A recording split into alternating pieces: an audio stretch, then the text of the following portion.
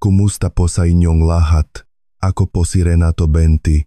Ngayon, ating susuriin ang mahalagang paksa, ang kapangyarihan ng almusal para sa lakas ng kalamnan at kalayaan pagkatapos ng 10 paglaban sa sarcopenia. Paano kung ang pinakamahalagang kainan sa araw mo ay literal na makapagpapasya kung mawawalan kang kalamnan habang tumatanda o mananatili kang malakas, matatag at malaya hanggang sa iyong 70 at higit pa? Ito ay hindi lamang isang teoretikal na tanong. Ito ay isang realidad na kinakaharap ngayon ng maraming tao na lampas 60 anyos.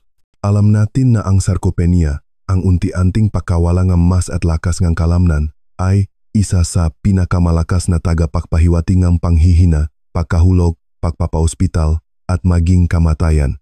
Sa katunayan, ipinakita ng mga mananaliksik na ang pagana ng kalamnan ay hindi lang tungkol sa paggalaw. Ito ay isang biomarker ng pagtanda mismo. Ngunit, heto ang magandang balita. Ang sarcopenia ay hindi maiwasan. Ito ay mapipigilan at sa malaking bahagi ay mababalik. At isa sa pinakamabisang interbensyon ay hindi nanggangailangan ng reseta. Nagsisimula ito sa kung ano ang inilalagay mo sa iyong plato sa umaga. Maaring nagtataka ka, paano magagawang maimpluwensyahan ng almusal, isang ordinaryong bagay, ang lakas ng iyong binti, pagana ng mitochondrial, at maging ang iyong mga genetic pathways sa loob lamang ng 24 oras? Ang sagot ay nasa interaksyon ng nutrisyon sa cellular physiology. Bawat kagat ng pagkain ay impormasyon. Nagbibigay ito ng senyales sa iyong mga muscle fiber, sa iyong mitochondria, at maging sa mga gene switches na nagre-regula ng protein synthesis at pamamaga. At kung ikaw ay lampas 60, mas mahalaga ang senyales na iyon dahil habang tayo ay tumatanda, ang ating mga kalamnan ay nagiging resistant sa mga senyales na iyon. Maaari mong isipin ito bilang isang volume knob na mas mahirap pandarin. Ang stimulus mula sa protina, mula sa micronutrients, mula sa ehersisyo, kailangan itong maging mas malakas para makuha ang parehong epekto. Iyon ang dahilan kung bakit ang kinakain mo sa simula ng araw ay maaring magpalakas ng senyales upang lumaki at ayusin ang kalamnan o patahimikin ito. Kaya sa pagtalakay natin ngayon, ating susuriin ang agham sa likod ng perpektong almusal para maiwasan ang sarcopenia pagkatapos ng 60. Titingnan natin ang pananaliksik sa muscle protein synthesis, mga pangunahing amino acid tulad ng leucine, mitochondrial activators, anti-inflammatory compounds, at maging ang oras ng pagkuha ng nutrisyon. Higit sa lahat, isasalin natin ang lahat ng ito sa praktikal, batay sa ebidensya ng mga pagkain na maaari mong simulan bukas. Dahil ito ay hindi tungkol sa teorya. Ito ay tungkol sa pagbibigay sa iyong katawan ng mga kagamitan na kailangan nito upang manatiling malakas, masigla, at gumagana sa mga darating na dekada. Simulan natin sa isang bagay na halos walang pinag-usapan sa hapagkainan, ang anabolic resistance. Ano ba talaga ang ibig sabihin niyan? Habang tayo ay tumatanda, ang ating mga kalamnan ay hindi tumutugon sa dietary protein sa parehong paraan nung tayo ay mas bata. Kung ikaw ay nasa 20s mo, ang pagkain ng katamtamang dami ng protina, sabihin nating 10 hanggang 15 gramo, ay madalas na sapat upang magpasigla ng malakas na pagdami ng muscle protein synthesis. Iyon ang biological na proseso kung saan ang iyong mga muscle cells ay kumukuha ng amino acid mula sa pagkain at bumubuong bagong muscle fiber. Ngunit pagkatapos nga edad na 60, ang parehong pagkain ay hindi na nagbibigay ng parehong tugon. Ipinapakita ng mga pag-aral na ang mga matatanda ay nangangailangan ng mas mataas na protein stimulus upang i-flip ang switch na iyon. Tinatawag ng mga mananaliksik itong anabolic resistance at ito ay isa sa mga pangunahing dahilan kung bakit lumalala ang sarcopenia habang tumatanda. Ang iyong katawan ay hindi sira. Nangangailangan lamang ito ng mas malakas na senyales upang sabihin na, magtayong kalamnan. Ngayon, dito nagiging mahalaga ang almusal. Para sa maraming matatanda sa Pilipinas, ang almusal ang pinakakulangan sa protina na pagkain sa araw. Isang pandesal, saging, o isang mangkok ng lugaw ay maaring magbigay sa iyo ng carbohydrates at counting fiber, ngunit halos walang makabuluhang protina. At kung nilalaktawan mo ang almusal ng buo, sinasayang mo ang isang kritikal na pagkakataon upang pasiglahin ang paglaking kalamnan sa isang window kung kailan handa ang iyong makalamnan na tumugon. Isang clinical study ang nakatuklas na kapag ang mga matatanda ay kumain ng almusal na naglalaman ng humigit kumulang 30 gramo ng high-quality protein, hindi lamang nila mas epektibong pinasigla ang muscle protein synthesis, ngunit pinabuti din nila ang lakas ng kanilang binti sa loob lamang ng 24 oras. Isipin mo iyan, hindi buwan ang epekto. Agad na tumutugon ang metabolic machinery kapag naibigay ang tamang fuel. Kaya, ano ang hitsura nito sa praktikal na paraan? Nangangahulugan itong paglilipat ng almusal mula sa tradisyonal na high carbohydrate, low protein na template patungo sa mga pagkain na nakasentro sa high quality protein sources. Mag-itlog, Greek yogurt, quesong gipuchi, isda tulad ng bangus, tilapia, o sardinas, o isang plant-based protein smoothie na pinayaman ng mga leucine-rich sources tulad ng pea at pumpkin seed protein. Ang lahat ng mga opsyong ito ay nagbibigay ng mga amino acid na kailangan upang malampasan ang anabolic resistance. At ang layunin ay hindi lamang kabuwang gramo, kundi ang distribusyon. Ipinapakita ngang pananaliksik na ang pantay na pagkalat ng pagkuha ng protina sa tatlong kainan na may hindi bababa sa 25 hanggang 30 gramo sa almusal ay nagre-resulta sa mas malaking pagpapanatili ng kalamnan kaysa sa paglalagay ng lahat ng iyong protina sa hapunan. Ang almusal ay hindi isang throwaway meal. Ito ang unang pagkakataon sa araw upang iyon ang muscle building switch. Ngayon, kung nagustuhan mo ang pagtalakay na ito sa ngayon, pindutin ang like button, mag-iwan ng mabilis na komento, at mag-subscribe. Nakakatulong ito upang mas maraming tao ang makatuklas ng ganitong uringan science-backed health content at ipinapaalam nito sa akin na gusto mong patuloy kong dalhin sa iyo ang ma-deep dive sa longevity science. Tandaan ito, sa edad na 60 at higit pa, ang protina sa almusal ay hindi optional. Ito ay mahalaga. Ito ang spark na nagsasabi sa iyong katawan, panatilihing malakas ang aking mabinti. Panatilihin akong gumagalaw. Panatilihin akong malaya. Ngayon na naitatag na natin ang kahalagahan ng paglampas sa anabolic resistance sa pamamagitan ng almusal na mayaman sa protina, tingnan natin ang isang napaka-espesyal na amino acid, ang leucine. Kung ang protina ang gasolina na nagpapagana ng paglaki ng kalamnan, kung gayon ang leucine ang ignition key. Kung wala ito, hindi magsisimula ang makina. Ito ang nangyayari sa cellular level. Ang iyong mga muscle fiber ay naglalaman ng isang molecular complex na tinatawag na mTOR, Mechanistic Target of Rapamycin. Maari mong isipin ang TOR bilang master switch na nagsasabi sa iyong kalamnan na lumipat mula sa isang estado ng maintenance patungo sa isang estado ng paglaki at pag-ayos. Ang leucine ay ang amino acid na nagbubuklod at nagpapagana sa pathway na ito para itong pagbukas ng ilaw. Maliban kung may sapat na leucine na naroon, ang senyales upang bumuong ang bagong muscle protein ay mananatiling masyadong mahina, lalo na sa mga matatanda. Ipinapakita ngang pananaliksik na mas mataas ang threshold para sa leucine habang tayo ay tumatanda, habang ang mas batang individual ay maaring magpaandar ng mTOR sa mas maliit na dosis. Ang mga taong lampas 60 ay madalas na nangangailangan ng 2.5 hanggang 3 gramo ng leucine sa isang kainan upang lubos na pasiglahin ang muscle protein synthesis. Kaya naman, hindi sapat ang basta-basta kumain ng protina. Kailangan itong maging tamang protina na may sapat na leucine density. Kaya saan natin ito makukuha? Ang pinakamayamang pakukunan ng pagkain ay kinabibilangan ng whey protein, itlog, manok, karne ng baka, isda tulad ng bangus o salmon, at ilang plant proteins tulad ng soy at pea. Bagaman ang mga halaman ay karaniwang may mas mababang konsentrasyon ng leucine at maaring mangailangan ng mas malaking servings o blends upang maabot ang threshold.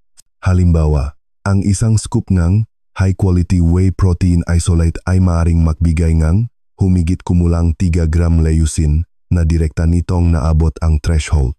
Ang 2 hanggang 3 itlog kasama ang ilang kesong puti o Greek yogurt ay maaari ring maglagay sa iyo sa optimal zone.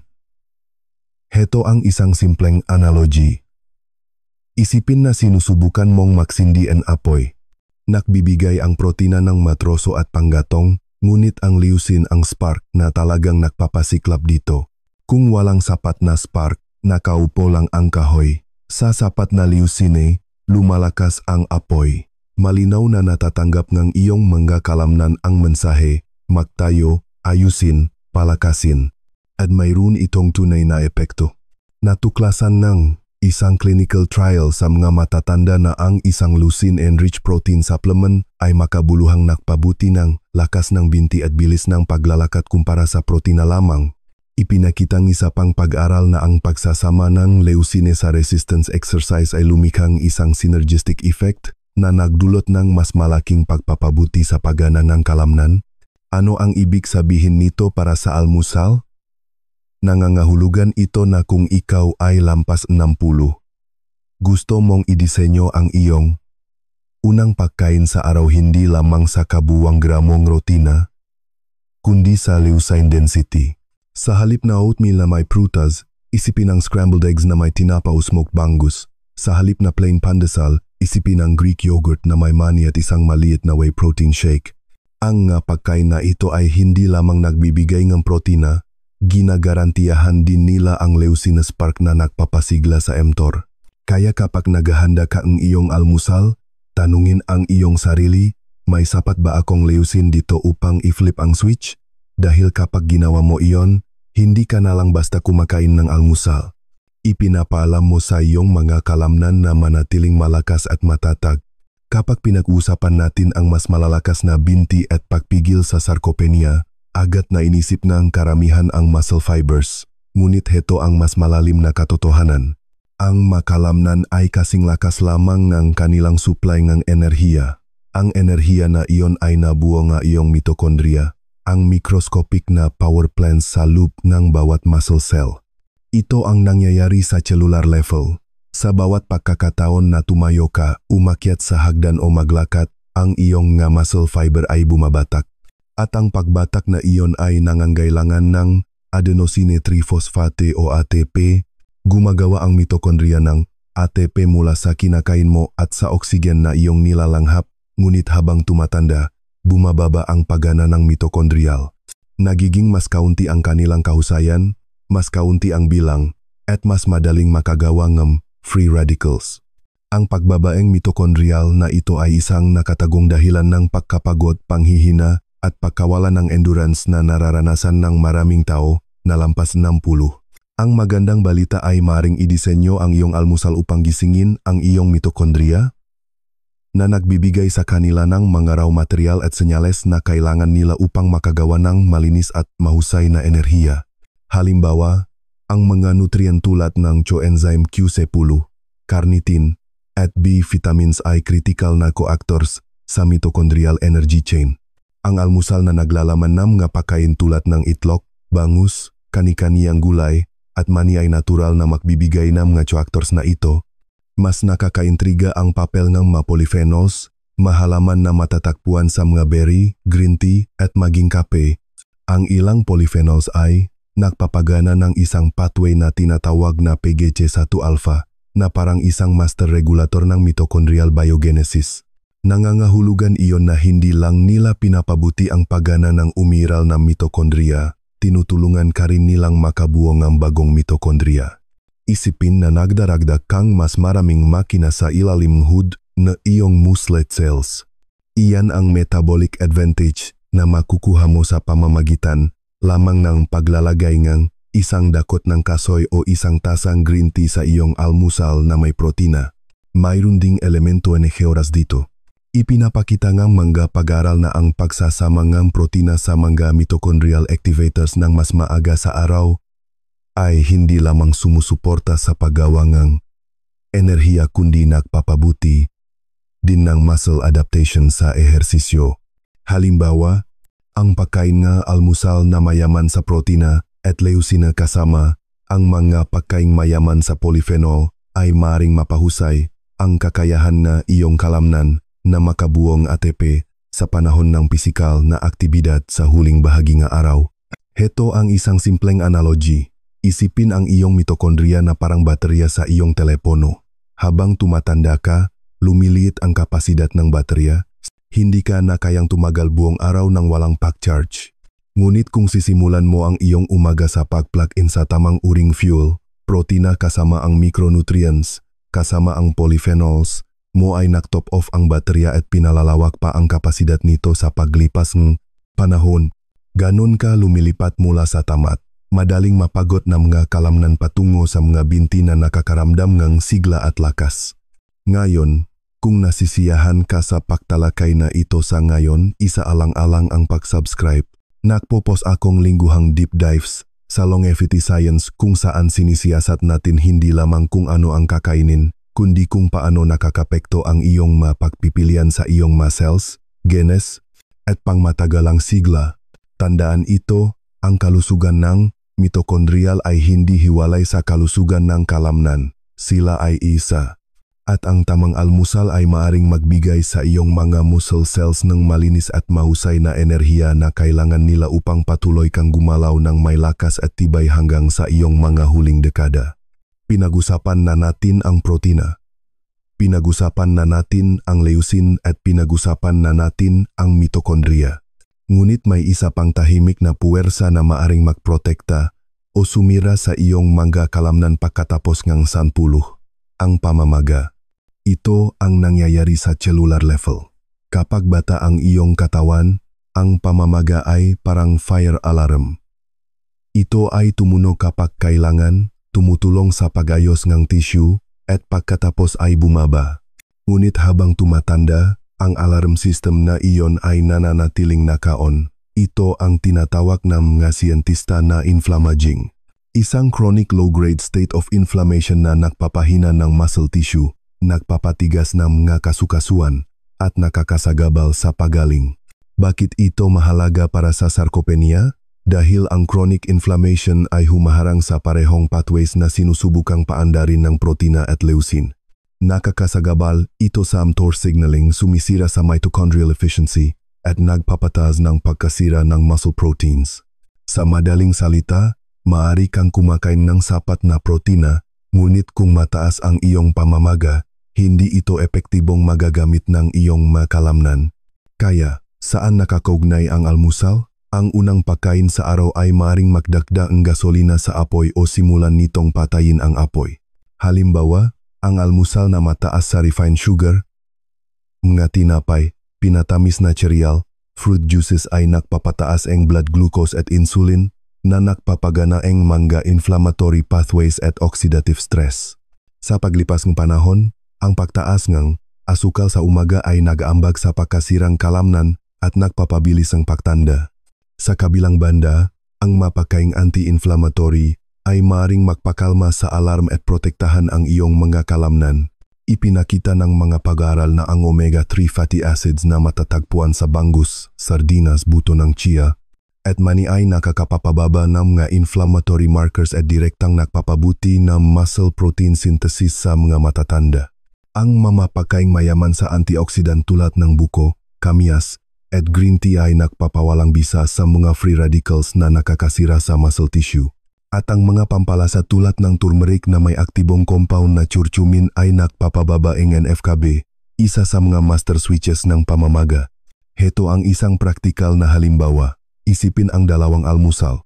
Ang isa ay isang ensaymada na may juice.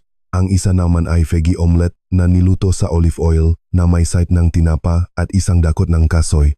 Ang dalawang pagkain ay nagbibigay ng calories, ngunit ang isang pagkain ay nagpapabilis ng pamamaga, habang ang isa pang pagkain ay nagbibigay ng omega-3, polyphenols, at antioxidants na nagpapakalmangang pamamaga at nagpapalakas ang kakayahan ng iyong kalamnan na lumakas.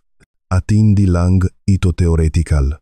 Isang randomized controlled trial sa mga matatanda ang nagpakita na ang pagdagdag ng omega-3 ay nagpapataas ng muscle volume at lakas pagkatapos lamang ng ilang buwan, kahit na walang malalaking pagbabago sa ehersisyo.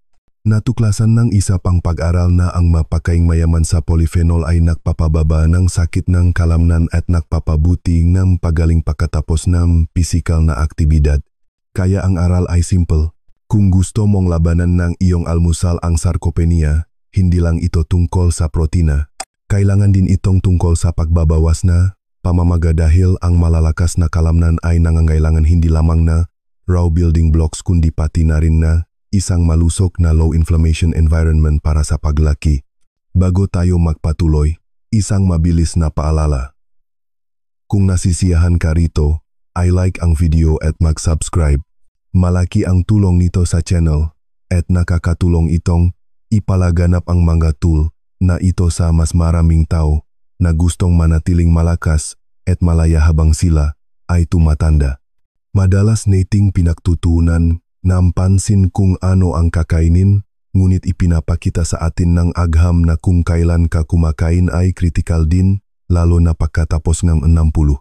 Ang iyong katawan ay hindi isang makina na tumatakbo sa calories lamang, ito ay isang orasan na pinamamahalaan ng circadian rhythms. Kinokontrol ng ritmong ito ang lahat mula sa paglabas ng hormone hanggang sa digestion hanggang sa kung gaano kahusay ginagamit ng iyong kalamnan ang manutrien. Ito ang nangyayari sa biological level. Ang iyong muscle tissue ay mas insulin sensitive sa umaga, nangangahulugang mas mahusay ito sa pagkuha ng manutrien tulad ng glucose at amino acid at pagdidirekta sa mga ito patungo sa enerhiya at pag-ayos. Sa gabi, bumababa ang sensitibidad na ito. Nangangahulugan iyon na ang parehong pagkain na kinain sa almusal at hapunan ay maaring magdulot ng iba't ibang epekto sa iyong metabolismo at sa iyong muscle tissue. Ngayon, ikonekta natin ito sa sarcopenia. Tandaan ang anabolic resistance. Ang mas lumang kalamnan ay nangangailangan ng mas malakas na senyales upang pasiglahin ang protein synthesis. Ngunit ipinapakita ng pananaliksik na kapag inuna mo ang protina ng mas maaga sa araw sa almusal at tanghalian, nakakakuha kang mas malakas na tugon sa pagbuo ng kalamnan kaysa kung iniipon mo ang karamihan ng iyong protina para sa hapunan. Sa katunayan, isang pag-aral na naghahambing ng pantay na distribusyon ng protina sa mga pagkain laban. Sa protina na skewed ng husto sa hapunan ay natuklasan na ang pantay na distribusyon ay nagpapanatili ng mas maraming lean muscle mass sa mga matatanda. Sa praktikal na paraan, nangangahulugan ito na kung ang iyong almusal ay mababa sa protina, maaring mawala sa iyo ang iyong pinakamalakas na pagkakataon sa araw upang labanan ang sarcopenia. Ang almusal na may 30 gramo ng protina at hindi bababa sa 2 at kalahating gramo ng leucine ay hindi lamang nakakatugon sa threshold kundi nakahanay din ng perpekto sa iyong circadian biology. Pinapakain mo ang iyong makalamnan kapag sila ang pinakahanda na tumugon. Hindi lang protein timing ang mahalaga. Lumilitaw din ang mga micronutrient at polyphenol na sumusunod sa circadian patterns. Halimbawa, ang pagkuhang polyphenol-rich foods tulad na green tea o berries sa umaga ay maring mas mahusay na sumuporta sa mitochondrial biogenesis kaysa sa pagkuha sa gabi. Salamat sa paraan ng pagre-regula ng circadian genes sa oxidative metabolism. Katulad nito, ang pagkain na omega-3 fatty acids ng mas maaga sa araw ay maring mag-optimize ng kanilang pagsasama sa muscle membranes na nagpapahusay ng pagana at tibay. Heto ang isang simpleng analogy. Isipin ang pagdidiling na iyong hardin. Kung didiligan mo sa umaga, mas mahusay itong sinisipsip ng lupa na nagpapagana ng paglaki sa buong araw. Kung didiligan mo sa gabi, marami sa tubig ang sumisingaw o nananatili. Ganito rin ang pagganan ng iyong makalamnan. Ang umaga ang pangunahing growth window. Hindi ito nangangahulugan na dapat mong laktawan ang protina sa hapunan. Nangangahulugan ito na ang bawat pagkain ay isang pagkakataon at ang almusal ang pinakamadalas na nakakaligtaan. Sa pamamagitan ng pag-angkla ng iyong araw sa protina, leucine, omega-3, at polyphenols sa umaga, iniayon mo ang iyong nutrisyon sa iyong circadian biology, nagbibigay ka ng senyales sa iyong mga kalamnan sa eksaktong oras na sila ang pinakamahusay na makakatugon. Kung sa tingin mo ay nakakatulong ito, pindutin ang hi button at ibahagi ang iyong masalobin sa mga komento. At siyempre, Mag-subscribe kung gusto mo ng mas maraming deep dive sa nutrition at longevity science. Dahil sa huli, ang oras ng iyong pagkain ay hindi lamang isang pagpipilian sa pamumuhay. Ito ay isang senyales sa iyong biology. At kapag tama ang oras, maari itong maging isa sa mga pinakamakapangyarihang tool upang protektahan ang kalusugan ng iyong kalamnan pagkatapos ng 60. Kaya, isara natin ang usapan. Nagsimula tayo sa isang tanong. Maari ba ang iyong almusal ang nag-isang pinakanakakaligtaang susi sa pagpapanatiling kalamnan, lakas ng binti, at kalayaan pagkatapos ng 60? At ang sagot, na suportado ng mga dekadang pananaliksik. Ayo, heto ang ating natuklasan. Ang pagtanda ng mga kalamnan ay nakakaranas ng anabolic resistance na nangangahulugang nangangailangan silang mas malakas na senyales mula sa protina upang lumaki. Ang leucine ang ignition key na nagpapagana sa muscle protein synthesis. Ginagawa itong non-negotiable sa bawat kainan. Ang mitochondria, ang iyong mga cellular batteries, ay nangangailangan ng tamang nutrient at polyphenols upang makagawa ng enerhiya na nagpapagana sa bawat hakbang mo. Ang chronic low-grade inflammation ay nagpapahina ng iyong muscle tissue, ngunit ang mapakaing anti-inflammatory ay maaring magpakalma sa alarm at protektahan ang iyong lakas. Ang circadian rhythm ang nagdidikta na ang umaga ang iyong pangunahing growth window, ginagawang ang protina sa almusal ang pinakamahalagang pamumuhunan sa kalamnan sa iyong araw. Ang mga praktikal na pagkain na tinalakay natin ay nagpapatunay na ang agham na ito ay hindi abstract. Ito ay isang bagay na maaari mong ilapat sa iyong plato bukas ng umaga. Ang malaking larawan ay ito, bawat pagkain ay isang senyales. Pagkatapos ng 60, ang iyong katawan ay hindi sira. Mas mapanuri lang ito sa mga senyales na tinutugunan nito. Ang magandang balita ay mayroon kang mga tool upang ipadala ang tamang mga senyales. 30 gram protina, 2,5 gram leucine, omega-3, polyphenols, at anti-inflammatory fats na nakaoras sa iyong circadian rhythm. Hindi lang iyan isang resipe para sa almusal. Iyan ay isang blueprint para manatiling malakas, masigla, at malaya hanggang sa iyong mga huling dekada. Kaya, heto ang aking hamon sa iyo. Bukas ng umaga, gumawa lamang ng isang pagbabago. Palitan ang pandesal at juice ng isang omelet na may tinapaw, magdagdag ng isang scoop ng whey protein sa iyong yogurt. Pansinin kung ano ang iyong nararamdaman, hindi lamang sa sandaling iyon, kundi sa buong araw, dahil ang maliliit na science-backed adjustments na ito ay nagiging isang mas malakas, mas malusog, at mas meditate na ikaw. Kung nagbigay ito sa iyong halaga, i-like ang video at mag-subscribe upang sumali sa isang komunidad na nakatuon sa pag-optimize ng health span sa pamamagitan ng nutrition, cellular health, at longevity science. Sama-sama, maaari nating gawing praktikal na pang-araw-araw na tool ang mga pagiging komplikado ng biomedical research para sa mas mahusay at mas mahabang buhay. Ang iyong almusal ay hindi lamang ang simula ng iyong araw, ito ang simula ng iyong kinabukasan.